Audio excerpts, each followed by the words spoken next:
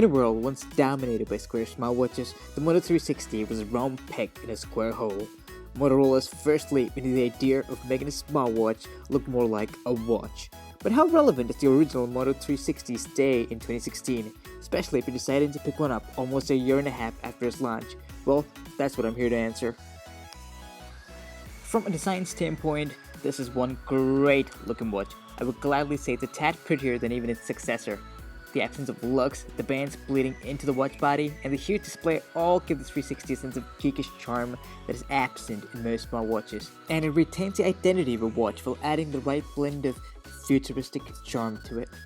The display, while bright and legible, is LCD, which is of two things: low on pixel density and high on battery consumption. Even on a bright day, I found no problems reading through the notification, and the watch surprisingly stayed with me for an entire day of work. Impressive. Now, Android Wear is Android Wear, and the update certainly made things more organized. You have all the essentials from the heart rate monitor to a pedometer, a translator, the useless torch feature, and an almost handy Google Now. Let's face it, you're all gonna ask me what does the Fox say? The notification works pretty spot on. Presented in the typical Google Now card style, you swipe across them to view them, tap them to get a detailed view of them, and dismissing them dismisses them on the phone as well. Yes, even on the iPhone.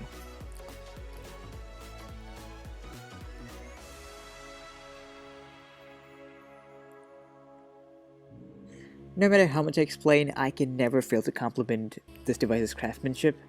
While it lacks a speaker, it's got a comfortable tap on your wrist, and if you want to pair it with an iPhone thanks to the very restricted Android Wear app on the App Store, say hello to notifications and goodbye to all of Android Wear's extra added functionality. Now, the 360 comes with a bundled wireless charger, and it looks beautiful. One of the sweetest bedside clocks, period.